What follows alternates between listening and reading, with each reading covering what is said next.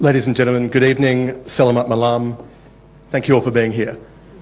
This is a model which suggests that a country with virtually limitless reserves of oil should move to a commodity in which the market is controlled exclusively by Australia and Canada, and in which India has declared its intention to buy up huge quantities for the future to the extent possible, such that the price is likely to increase drastically at the same time as Malaysia is pumping literally billions of dollars into nuclear plants that won't be online for decades. It was a brave speech from Doug, but it was wrong on all fronts. I'm going to talk about two things in rebuttal. First, the idea that the fossil fuels age is moving away from us, and secondly, the idea that we need nuclear now. So Doug told us that fossil fuels were finite and he was worried about Malaysia's energy security. Firstly, peak oil is decades away even at a global level, such that we can trust that renewable energy sources that are already vastly increasing their yields and their reliability will become better and better. Secondly, peak oil in Malaysia is so far away that we can't even think about it. Doug's claim was merely that supplies are finite. What we'd say is that the South China Sea holds more unproven reserves than any other part of the world, and that the idea that Malaysia can be the next Saudi Arabia is not at all out of reach for us. The third thing that we'd say is that this imperative that he talked about to fix the environment is a nice one, but one that we, looking at a country which is still developing, which still has many people living in poverty, which still needs to move forward, should not support, given that countries like the United States, like Scotland, like Norway, with far more money, are enthusiastically drilling for as much oil as they possibly can. But fourthly, we'd say that this is merely one way of reducing fossil fuels, and there are far cheaper investments in things like fuel efficiency standards in Malaysia's domestic car production that cost money, and things like building the new LRT line in Kuala Lumpur to stop KL's dependence on cars that are far cheaper and would be a far better use of this money. Secondly, the idea that we need nuclear now. Doug says Malaysia will be a first mover. I'm not certain how they will be a first mover in a technology that has existed for 60 years and is the dominant form of energy in most European countries. Secondly, Doug said there'd be more investment, so the prices would go down. No, there'll be more people wanting to buy a finite supply of uranium that comes from two sources, in which Australia has said that it will only produce uranium from the 3 mines it has now. So it's not more investment means cheaper, it's more buyers means more expensive uranium. And thirdly, he said Malaysia could now sell more oil. The first thing that we'd say is that even as Malaysia booms, its consumption of oil relative to its exports is absolutely minuscule. But the second thing we'd say is that since Malaysia doesn't just want an oil industry, but also wants things like domestic manufacturing industries, the reliability of being able to cheaply produce those industries by having oil that is below world market rates, that it doesn't have these massive investments going into nuclear, that keeps government budgets good, is something that will assist it. So I'm going to talk about two things in substantive. Firstly, that this is a wasteful and inefficient way of providing power, and secondly, that it's particularly dangerous and shouldn't be messed with. Firstly, on why it's wasteful and inefficient.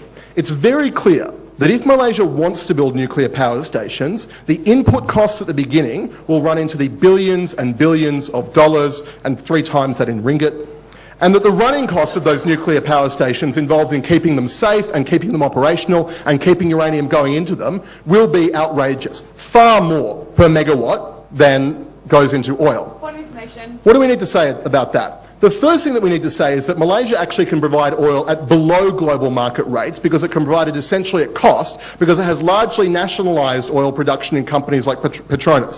The second thing that we'd say is that when it does move to uranium, what is hostage to countries like Australia and Canada that control the global oil market, and essentially moving back to a situation of neo-colonial dependence on countries that aren't necessarily enthusiastic to sell it oil, but that also have other buyers that are going to drive the price up, like India. The third thing that we'd say is, as regards the environment, that given that the United Kingdom robbed Malaysia of much of its wealth for many decades and many generations, given that it created a situation in which that natural wealth didn't benefit Malaysians, we're happy for Malaysia to get its own back by taking out some of the oil in the ground, like every Western country has done at every opportunity, and giving some of the burden to countries that do have the ability to make their impact on the environment less, without impoverishing their people at a time when those people could be sharing in the benefits of being a wealthy nation. Amit. France, Sweden, the United Kingdom, the United States all produce electricity through nuclear power. Do you think they are all relying on a wasteful supply? I think that if they had enormous oil reserves, then it would be a really, really silly thing to do to rely on that. Let's look at the reason why France produces oil in this way. It doesn't want to be dependent on the Arab world for its supply of power because they have control of the price, because a consortium controls that price and a small number of actors can drive it up. The precise reverse of that is true for Malaysia. So the analysis that you have just run about why other countries would use nuclear is precisely the reason why Malaysia should use oil, because it can control that domestic supply of oil. But the third thing that we would say on this issue is that there is an opportunity cost to investing billions in nuclear power now that means that you can't be the first mover in things like renewable energy sources and use a huge number of PhDs in engineering and sciences that you're getting. You don't have the ability to give them the government investment if you're spending your money on building a power source that will take over a decade to get to. You don't have the opportunity to put money into the burgeoning high-tech sector that we see in areas like Cyberjaya that could be producing these innovations, but you also don't have the money to do things like building an LRT line instead of freeways, like building high-speed railways from Kuala Lumpur to Singapore to stop the enormous number of people that drive along that trade corridor. The second argument that we want to make is that nuclear power is too dangerous to deal with. Firstly, we'd say that broadly speaking, we're not particularly comfortable with it because there is a non-trivial risk of a catastrophic accident. That happened in Chernobyl, which we'd say has made an area the size of West Malaysia uninhabitable. We'd prefer that not to happen because we rather like it here in West Malaysia.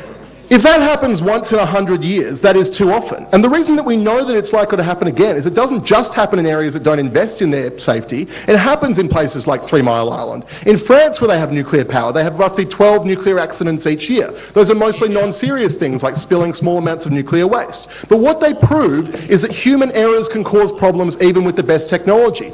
Thankfully, when that happens 12 times a year in France, it's in trivial areas. But when it's in a non-trivial area of that nuclear production, that's when you do get these catastrophic accidents that can result in many people dying. But you also get problems like transportation and like storage, and also issues of having nuclear power stations in an area that is heavily volcanic. When Indonesia suggested developing nuclear power, Australia said that it would prefer not to provide them with uranium because of that risk. So the risk you're getting now is that one major supplier may not want to provide you with a commodity, driving your prices up even further, or that you will have a commodity that's being used in a way that's dangerous because nuclear power stations are necessarily situated close to areas that are prone to earthquakes and thus prone to danger. Ladies and gentlemen, oil runs Malaysia. Malaysia has lots of oil and it should use it while it still can. But it shouldn't also use money that it could be using to develop renewable technologies on a wasteful, inefficient fuel source that will leave it vulnerable to Australian and Canadian interests. This motion must fall. Thank you very much. In my speech, I want to add 2 new points.